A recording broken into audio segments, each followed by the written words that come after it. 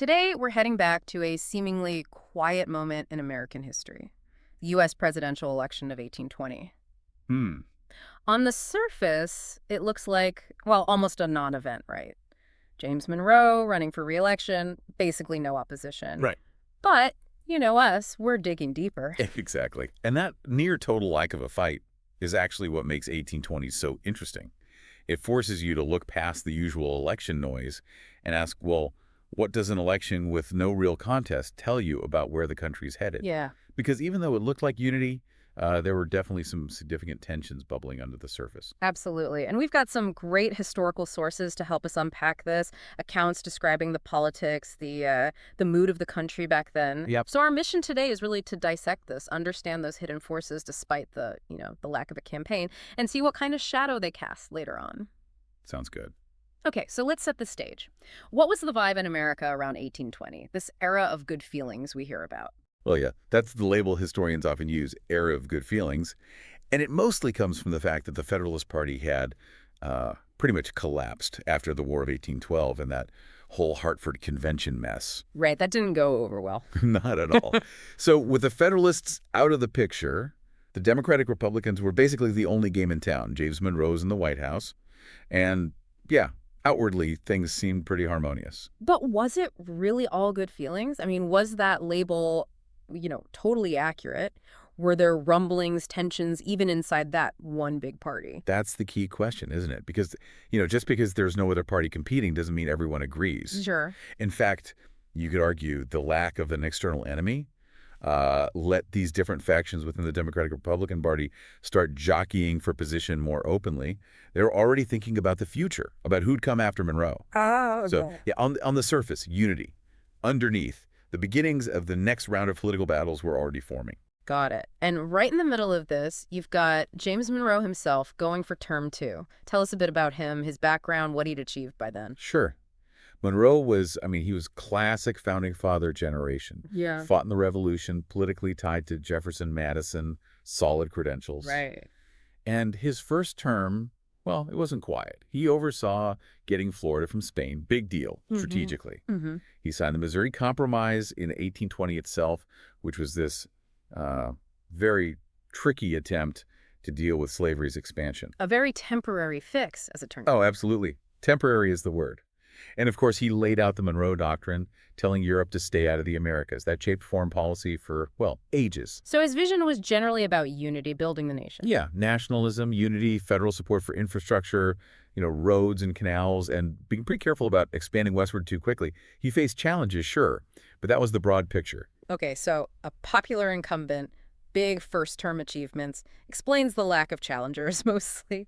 But then there's this one odd detail that William Plumer. Who was this guy? And what's the story with his single electoral vote against Monroe? Ah, Plumer. Yeah, he's a fascinating footnote that actually tells you something important. He was from New Hampshire, used to be a Federalist, and he cast the only electoral vote that didn't go to Monroe. Who did he vote for? John Quincy Adams, actually. But here's the kicker, and the sources are pretty clear on this. Plumer didn't really have a problem with Monroe. He wasn't trying to, start an opposition movement. That is weird. So why do it then? Just to be contrary? It seems it was more about principle, a matter of principle for him. The story goes that Plumer just didn't believe anyone should be elected unanimously, not even George Washington, who famously was. Really? Yeah, he felt it set a bad precedent, that a republic needs some level of dissent, even if it's just symbolic. So that one vote wasn't really anti-Monroe, it was more anti-unanimity, a kind of phantom opposition, you could say. Wow. That really underscores how unique this election was. No real campaign, no debates, no slogans. Nope, none of the usual stuff. But even without all that public campaigning, the sources show there were still huge issues lurking, right? Things people were definitely concerned about. Oh, absolutely. Just because they weren't debating it on the stump doesn't mean these issues vanished. In fact, maybe not having that outlet made the underlying tensions worse in some ways. Like what? What were the big ones? Well, number one, far and away, was slavery, and specifically its expansion into new territories as the country moved west. The Missouri Compromise that same year is Exhibit A, I guess. Exactly. That whole crisis showed just how explosive the issue was. Admitting Missouri as a slave state and Maine as a free state was just, kicking the can down the road. It papered over a massive crack. And it wasn't just slavery dividing people, was it? Regions were pulling apart, too. Definitely. Sectionalism was really taking hold. The North, the South, the growing West.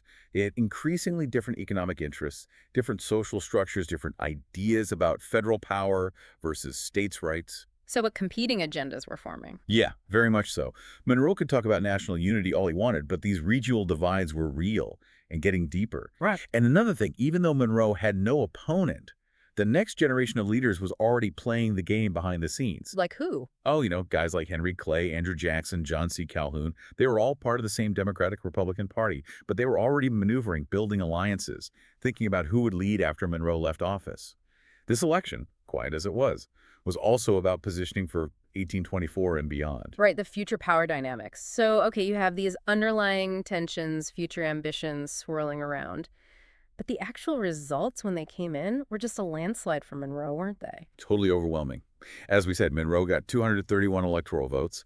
Plumer cast that one single vote for John Quincy Adams, so the final tally was 231 to 1. Wow. That makes him the second most unanimously elected president ever. Only Washington got more, well, he got all of them. Right.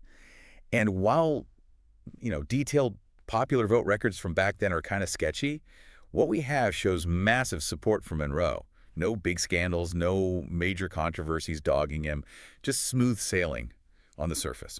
It really paints this picture of incredible national agreement, maybe deceptively so, because often these moments of calm are just the quiet before the storm. Mm. And the sources seem to suggest that this very lack of opposition in 1820 actually helped pave the way for future political splits. How did that work? Well, that's the big irony, isn't it? This peak moment of the one-party system, the era of good feelings, actually contained the seeds of its own destruction. Because without a common enemy, like the Federalists, to unite against, those internal factions within the Democratic-Republican Party, they just had more room to grow, their disagreements became sharper, the things they disagreed on, tariffs, internal improvements, the power of the federal government, and especially slavery.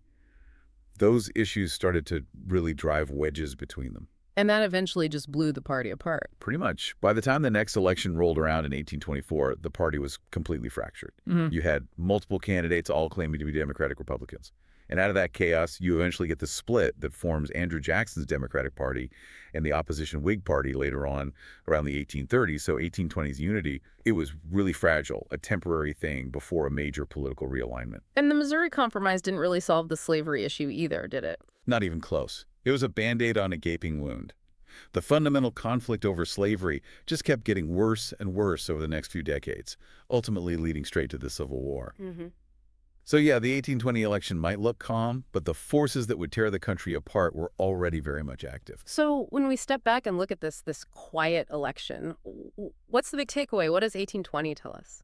I think a main thing is that political silence doesn't always mean peace or agreement. It can actually hide some really deep divisions and unresolved problems just waiting to explode. Right. Monroe sailed to re-election, while these huge forces, sectionalism, the fight over slavery, the ambitions of guys like Jackson and Clay, were already reshaping the country's future, even if it wasn't obvious in that specific vote. It really makes you question those periods in history, or even today, that seem super unified. Is it real unity? Or is it just that the disagreements aren't being aired out loud yet? The election of 1820, a huge win on paper, but maybe it really showed how thin that veneer American unity could be, even back then. Was it real, or just kind of an illusion for that moment? And that brings up a final thought maybe for you listening. When you think about this time, the seeming consensus with all these tensions underneath, do you see any echoes? What kinds of political or social silences today might be masking forces that are going to shape our future?